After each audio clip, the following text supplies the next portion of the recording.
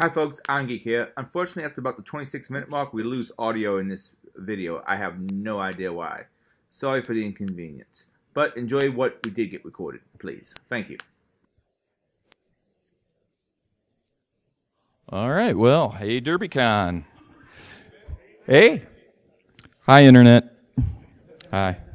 So for those of you who are joining late on the stream or watching on the telly up in your rooms, there's been some pretty heavy demo fail. So there's going to be part of this lab, part of this talk that won't work as expected, but in the interest of just moving on, over 4/5 of the demos will work, so we're just going to move and get going. So we're here to talk about instant response, and one of the things that I think that we're all becoming very painfully aware as defenders is just how fast the attacks are taking place. I don't know if you folks read the talk that was, or read the paper in Wired about the NotPetya attack. Did you guys, any takers on what the fastest worldwide infection rate was for a company? 45 seconds? It was actually lower. 17 seconds. So we got to start moving a lot faster. So what we're going to be talking about are things that you can do using built-in components of Windows that allow you to do all kinds of interesting and fun shenanigans and really will frustrate the attackers. So what we're going to be covering is a series of PowerShell scripts and tools that Josh and I have made.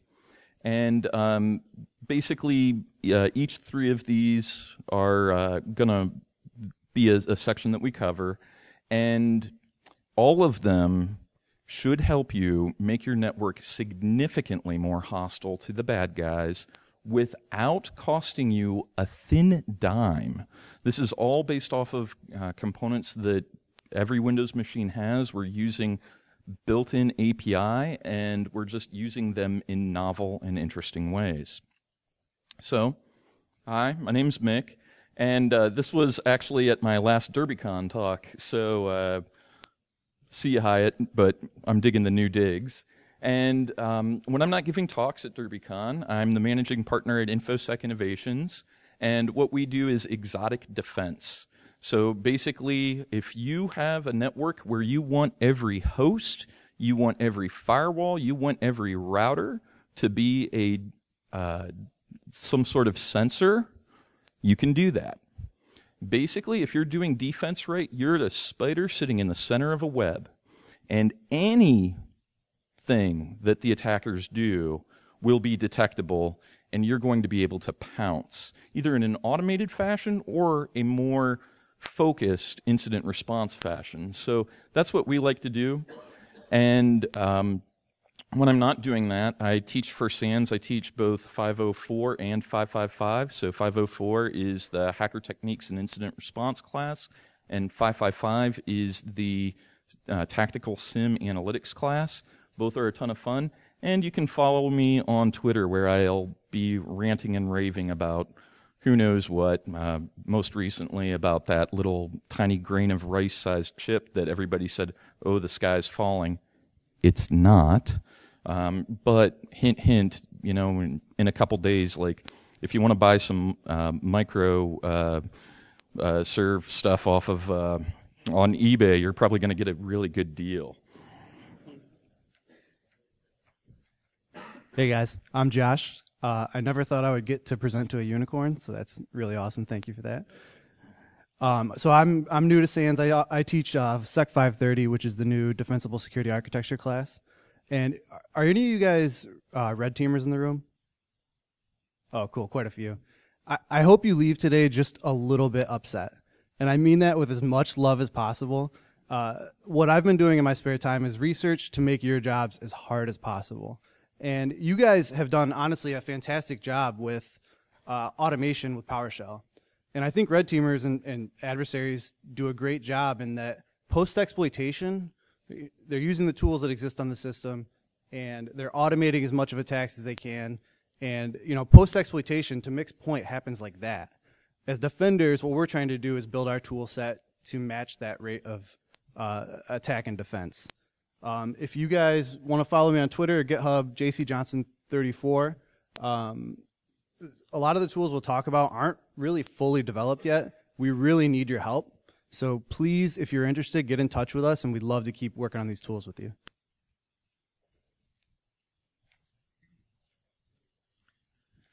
So one thing that I find really weird is you have a lot of red teamers giving talks on how to do security, and you hear them say defending is hard, and that, you know, the attackers have the advantage. They only need one way in.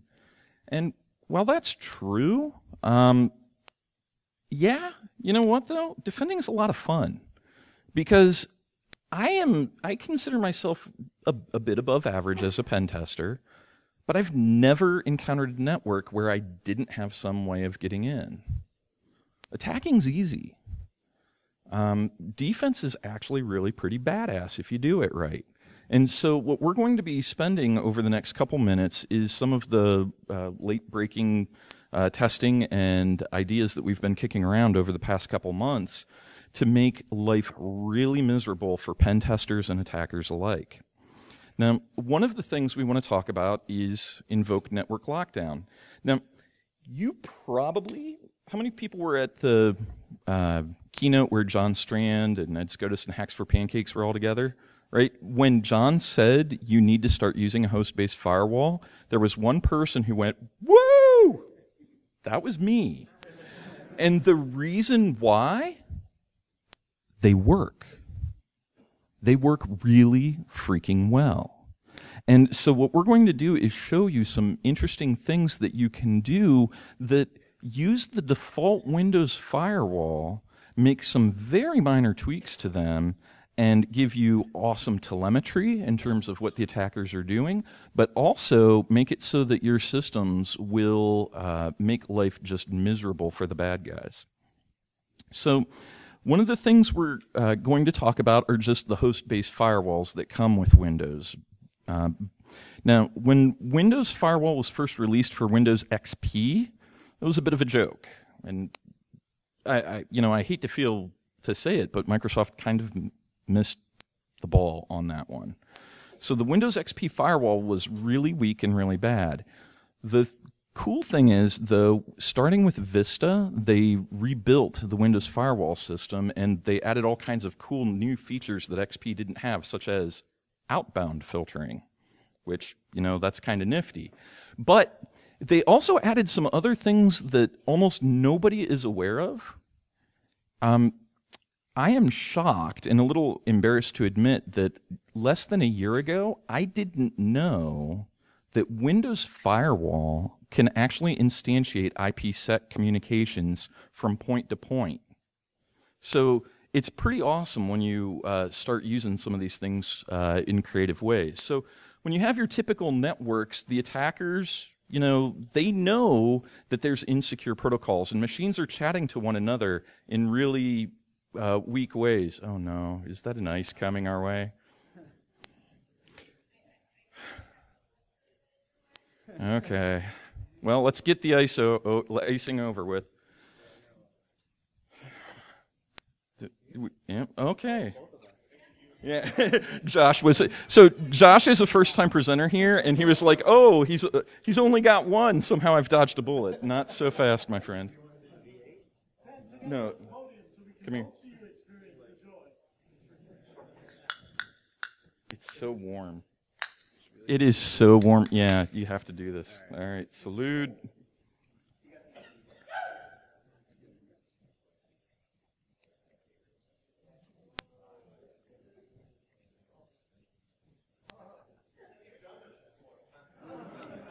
Oh!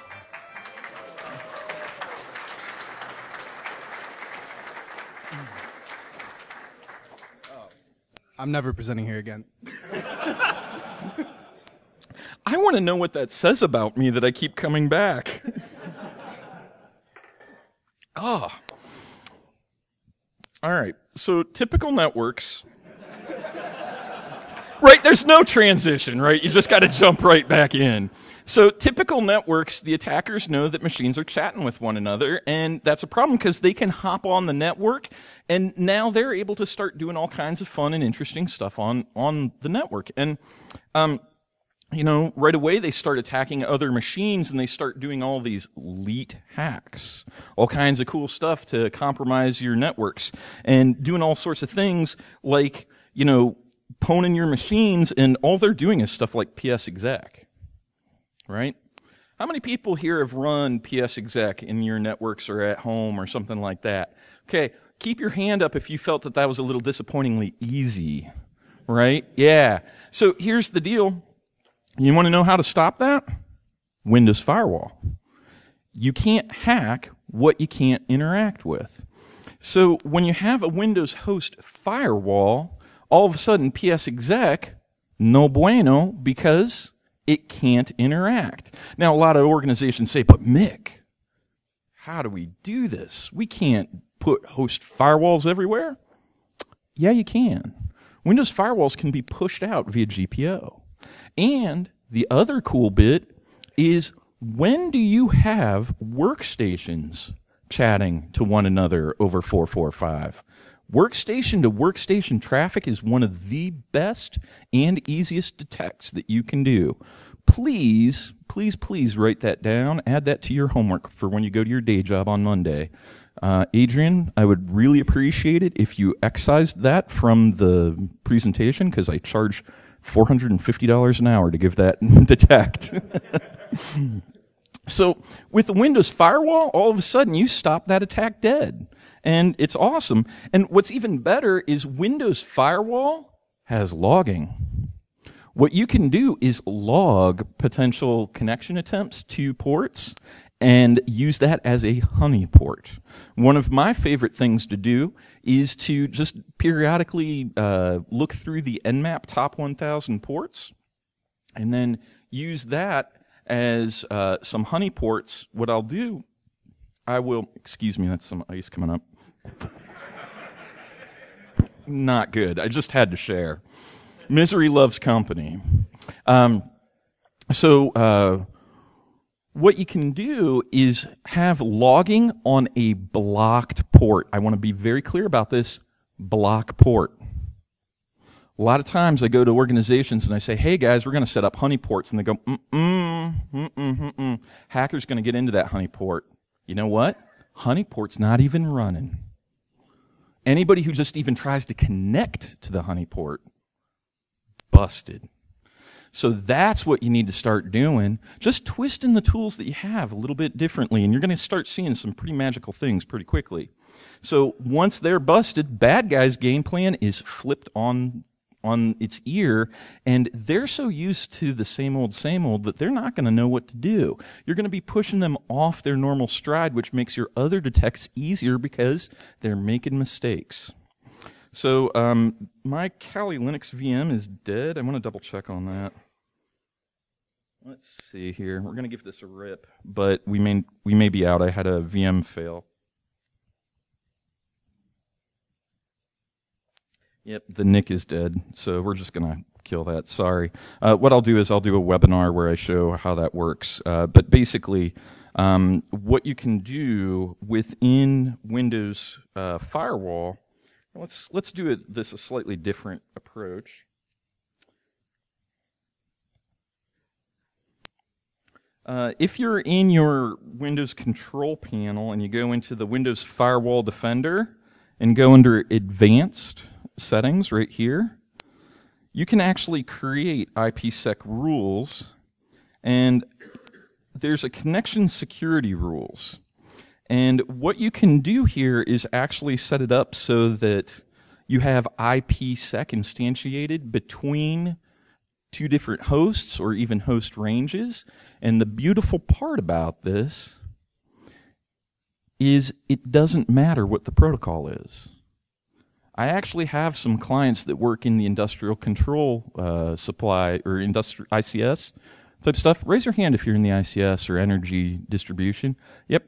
So you guys got some pretty freaky networks, stuff like Modbus. I even know some production systems that are still running Telnet. You know what's cool about that? Put IPsec tunneling around it. Nobody can see your login information. So IPsec all the things. Now, let me show you just how easy it is to enable IPsec.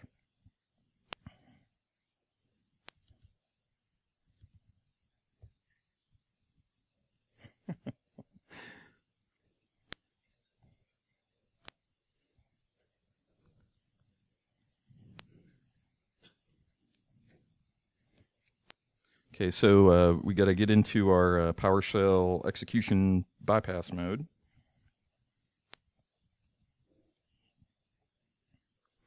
And now we're going to go ahead and invoke network lockdown. And now the IPsec rules are enabled. And the cool thing is now when we hop over to our host and do likewise,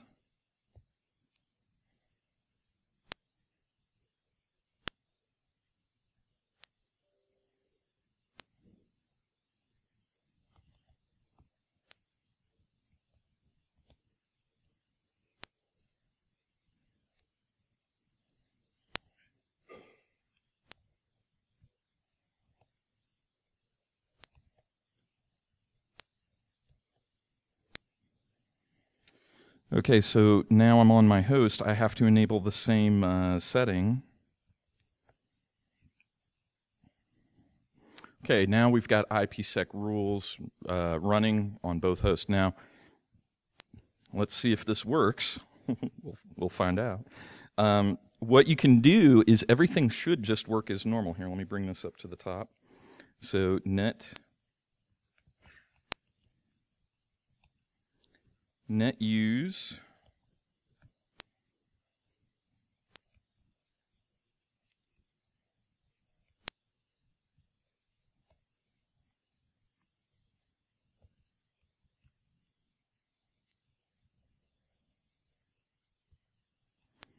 All right, so now I was able to do a net use, right?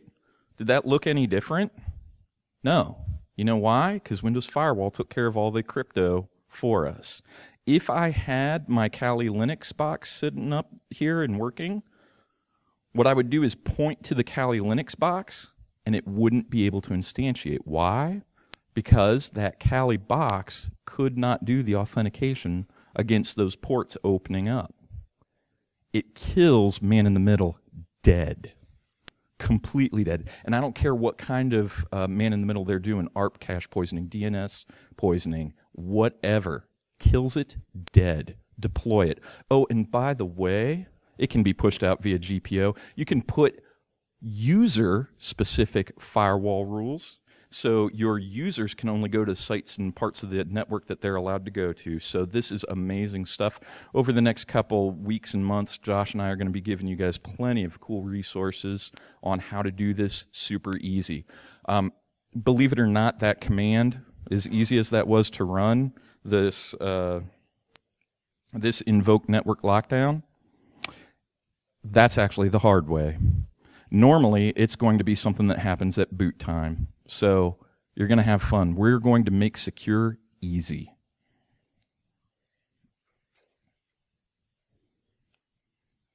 All right. So one thing that a lot of people, I've been doing InfoSec for quite some time, and one of the things that I find really problematic is that people say, but Mick, if we start putting in host-based firewall rules, we're going to break everything, and the line of business is going to be super angry, and we're going to be out of a job. No. Have some faith. What we're going to do for you is we've got this cool tool that Josh made that turns your NIC into learn mode, and it will log the network connections that happen. And the magic of this is that literally you don't need a SIM. You don't need NetFlow. You don't need nothing other than this script to run. And then when it's run, you now have a log of all the connections that took place for how long that system's been going. And here's the beauty of it. Anything that gets set up, you can just automatically whitelist and then over time come back and clean up the little stragglers. So you know what the magic is? I have now 4 times in my career deployed a similar concept, except we used a SIM. We were trying to be fancy. I did this. You know how many users noticed that we did that? goose egg. Not a single complaint, not a single ticket, because if there was any traffic over, 3 months, 1 month, 6 months, whatever the time window was, we just whitelisted it and allowed it to go on, and then every week we went back and culled that list. Now, here's the magic of this. We also have a helper script that will cull these firewall logs and help set up the IPsec tunnels for you. So now, giddy up. A lot of people complain, Mick, these logs are long. Yeah, they are. You know what? You're not reading them. The scripts are. Let them do all the work. So, trying to send me an exploit? Nope. It's just that simple, folks. You can't hack what you can't interact with. Now, man in the middle is a really big problem in our industry that we got to talk about. And there are tons of insecure protocols. And again, unfortunately, the Kali box died, but I would be able to show you how it looks when you set up a relay. Setting up a relay literally is a one-liner, and you can just start listening in on the traffic. So man in the middle, simple, easy. Just say no to it. Do IPsec tunneling, and the bad guys can't do anything about it. So remember, learn mode, IPsec tunneling for you, and the work's already done. My goal and Josh's goal is by this time next year, there's going to be way more IPsec networking going on in Windows environments. The cool thing about it is, as I just showed you with that netuse command, completely transparent to the user. You know who it's not transparent to? The attackers. Because all they see is random gibberish, if that. A lot of times they're not even going to be able to instantiate the man in the middle. So this is awesome win. Again, you can't get man in the middle attacked if attackers can't send packets. So with that, I want to kick it over to Josh, and he's going to talk about pause process.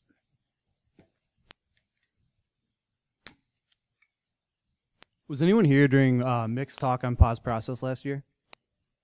Cool. So that inspired me to start using this tool. So what pause process is, Mick wrote this tool, and what it does is it allows you to attach a built-in Windows debugger to a running process. And when you do that, the process execution is just completely halted. And the debugger has full control. If it's a shell that an attacker has, it's completely useless to them at that point. They can't interact with it. They can't do anything until we unpause that process. So when I first saw pause process, it inspired me to write a tool. And it was kind of a weird use case. Mick was kind of surprised by this. But what we did was we wrote a tool, and it watched process invocation. And whenever new processes were created, if the process was Internet Explorer, it went and looked at what the parent process was. And if the parent process was Outlook.exe, that means that we know that the user has clicked a link in an email, Outlook has spawned a child process of Internet Explorer. So what I did was I wrote this tool, and it scraped out the command line of the Internet Explorer process invocation. And what that allowed us to do was pop up a message to the user. So we'd pause Internet Explorer, we'd pop a message to the user and say, hey, this is the URL that you're actually going to. Did you mean to go here? And if it's a phishing email, the user's like, blah, blah, blah.ru. No, I thought I was going to Amazon. And sure enough, we saw quite a bit of impact here with users just not getting phished anymore, because now they're able to get just a second chance. And again, we put some other logic in there so that we would call a Google Safe Browsing API at the same time, check to see if the site's malicious, block it completely if it is. But we just gave the user another chance. And that conversation with Mick and I spawned some more conversation, and we're coming out with this idea it's almost like EDR, but it gives us the ability to natively, just using PowerShell, pause processes on demand.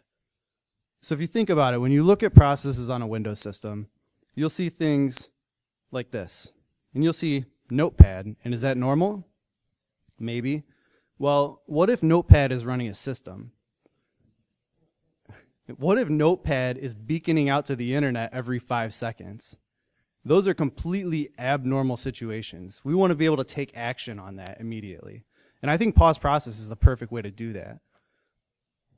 So again, if you see Notepad running as system, it could be that an attacker has a interpreter shell, spawned a Notepad as system, and then migrated into that process so they don't lose their shell. We went through a bunch of different scenarios, and we kind of outlined, well, here's everything we can do with PowerShell just running on the system, watching process invocation, watching network events, watching sysmon logs. Does anyone run sysmon? Awesome, I see a ton of hands. That's excellent. So what we're doing here is we're pulling all of those different data points, and we're making decisions on if we want to pause processes or not. So let me show you an example of Honey document access.